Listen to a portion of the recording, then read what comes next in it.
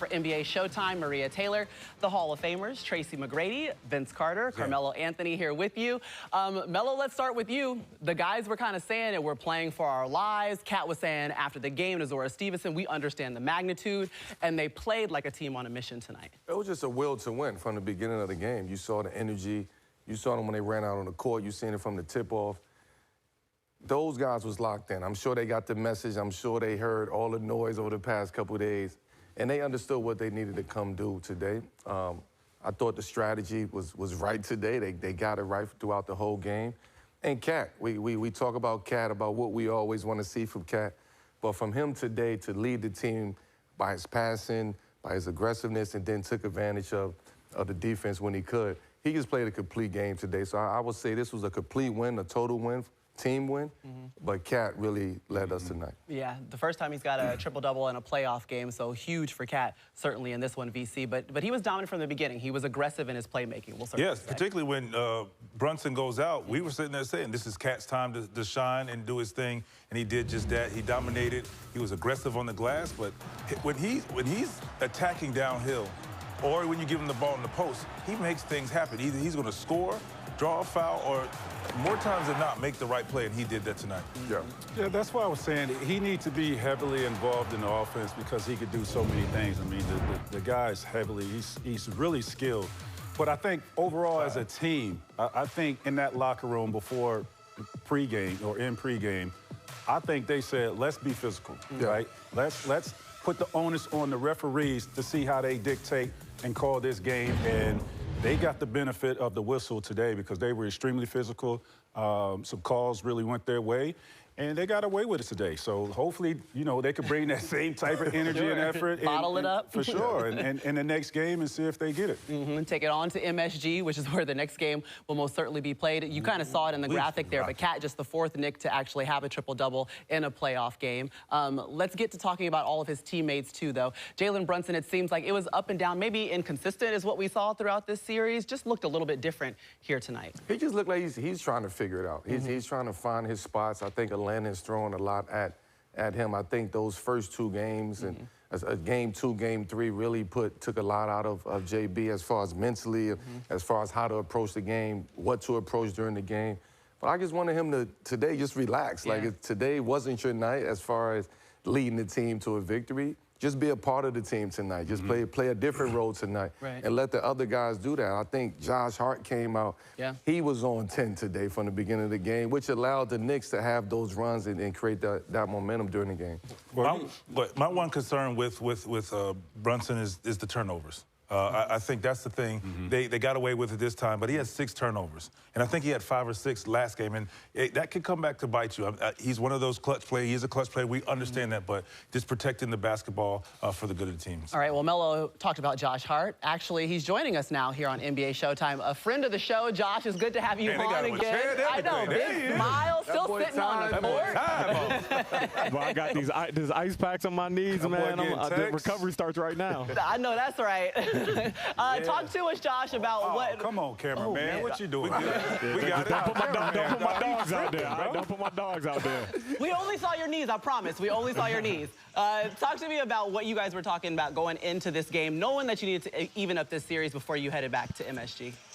Yeah, it was just we had to have a better sense of urgency. I think that was the biggest thing.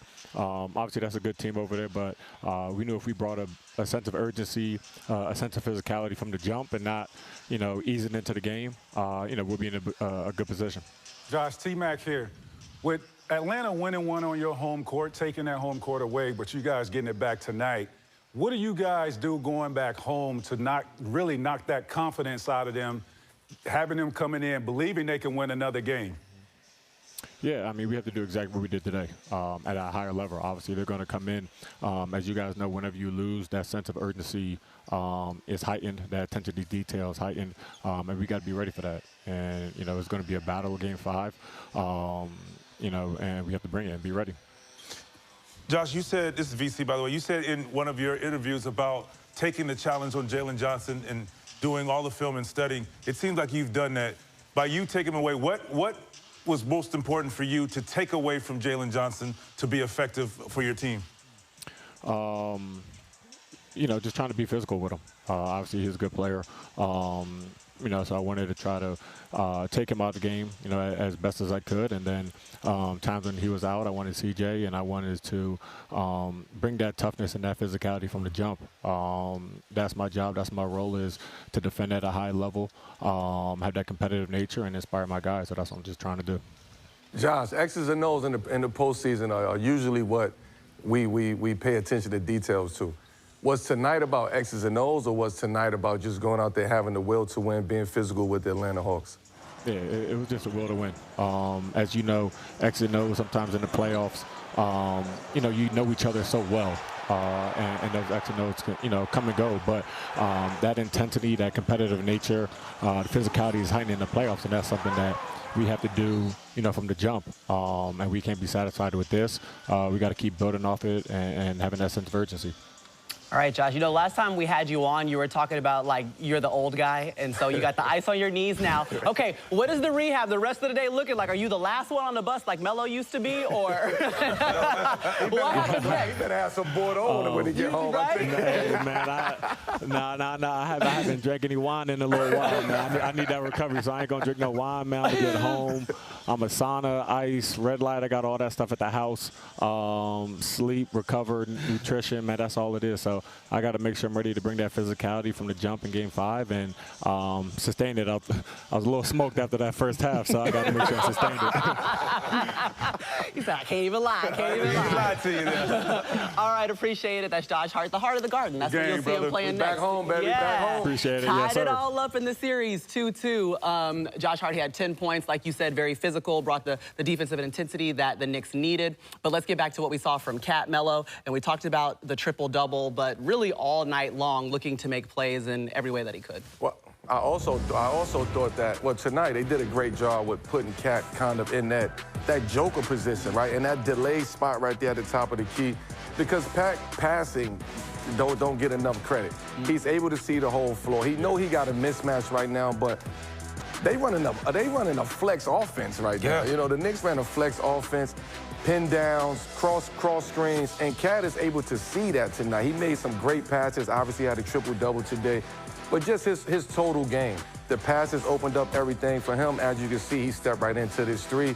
The game just came to him. I don't want to say easy, but it was lots of fluidity today with Cat's game, where he didn't have to think too much. He didn't have to make plays or force plays.